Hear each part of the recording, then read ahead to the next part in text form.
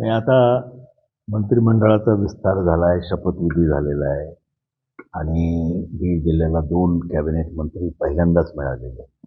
ही अतिशय आनंदाची गोष्ट आहे. आपण अपेक्षा करूया या दोन्ही मंत्री महोदयाच्या माध्यमातून बीड जिल्ह्याच्या विकासाला गती मिळेल, चालना मिळेल आणि त्यासाठी सरकारच्या माध्यमातून भरपूर निधी या जिल्ह्याच्या विकासासाठी आणण्यामध्ये हे दोन्ही मंत्री यशस्वी होतील अशी अपेक्षा करायला काही हरकत नाही.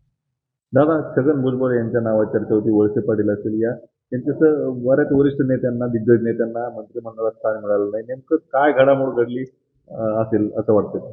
नेमकं म्हणजे जे काही निर्देश त्यांना दिल्लीहून प्राप्त झाले, भारतीय जनता पक्ष असेल किंवा शिवसेना असेल किंवा राष्ट्रवादी असेल, हे तिन्ही या महायुतीचे घटक आहेत आणि काही निर्णय दिल्लीहून झाले असावेत असं मला वाटतं की वरिष्ठांना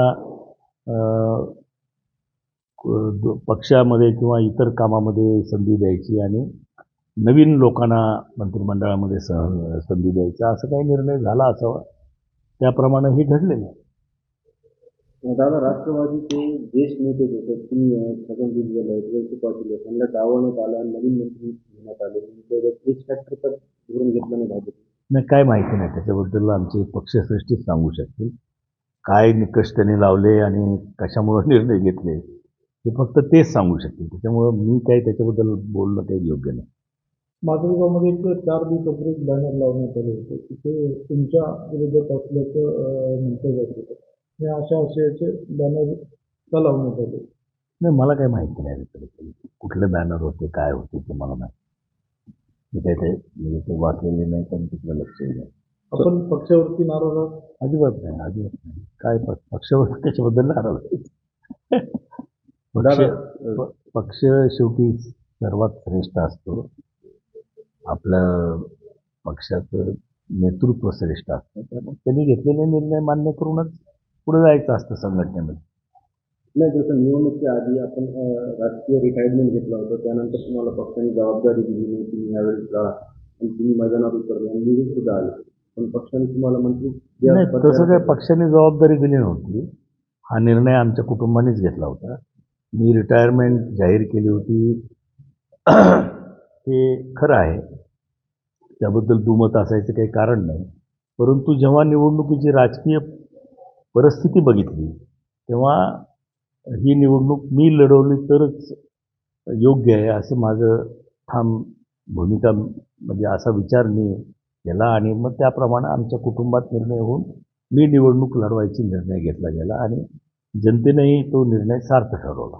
दादा, संतोष देशमुखांच्या खुनाच्या आडून धनंजय मुंडेंना टार्गेट केलं जाते का?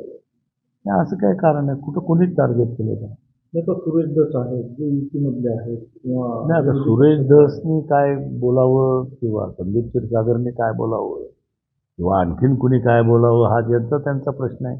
परंतु त्यांना टार्गेट केलं जातं आहे असं काही माझं मत नाही. अतिशय क्रूर हत्या झालेली आहे, कारण नसताना झालेली. एक चांगला सरपंच गमावलेला आहे, त्याचे कुटुंब उघड्यावरती पडलेले. त्यामुळे त्याच्यामध्ये राजकारण न आणता आरोपींना शिक्षा होणं, जे आरोपी आहेत त्यांना शोधणं, पकडणं आणि त्यांच्यावरती फास्ट ट्रॅकमध्ये केस चालवून त्यांना फाशी होणं हे अतिशय महत्त्वाचं आहे. तरच त्या कुटुंबाला न्याय दिल्यासारखं होणार आहे. हे काय राजकारणाचा विषय आहे असं मला वाटत नाही. काल त्यांच्या भावांनी पण असं सांगितलं की हा जातीवादामुळे खून झालेला नाही. मग खरं आहे ना ते. कोण म्हणलं जातीवादाने खून झाला असं कोण म्हटलं? कुणी म्हणलंय तसं? आजपर्यंत कुणी स्टेटमेंट केलंय? म्हणजे मला काही समजतच नाही. हा प्रश्न तिथं उपस्थित होत नाही. कुणीही असं म्हणलेलं नाही की जातीवादामुळे खून झाला. हा खून कशामुळं झाला, काय झाला, कुठल्या वादातून झाला हे सगळं बीड जिल्ह्यातल्या जनतेला माहीत आहे. तिथं कोण खंडणी मागण्यासाठी गेलं होतं, कुणी मारहाण केली, त्याच्यामध्ये सरपंच म्हणून त्या ठिकाणी ते प्रकरण मिटवायला संतोष देशमुख गेले होते, एवढीच त्यांची चूक आहे, बाकी काही नाही आहे. आणि मग जातीवादामधून झाला किंवा पेढीमधून झाला असं कोणालाच म्हणायचं नाही. ही दुर्दैवी घटना घडलेली आहे, अतिशय वाईट घटना घडलेली आहे आणि म्हणून निश्चितपणानं सरकारने सुद्धा याच्या मुळाशी कोण आहे, काय नेमकं प्रकार झाला, कुणी खंडणी मागितली, काय झालं, हे सगळ्या प्रकार आता त्याच्यावर काही गुन्हे दाखल झालेले आहेत. त्याच्या मुळाशी जावं सरकारने, एवढीच अपेक्षा आहे.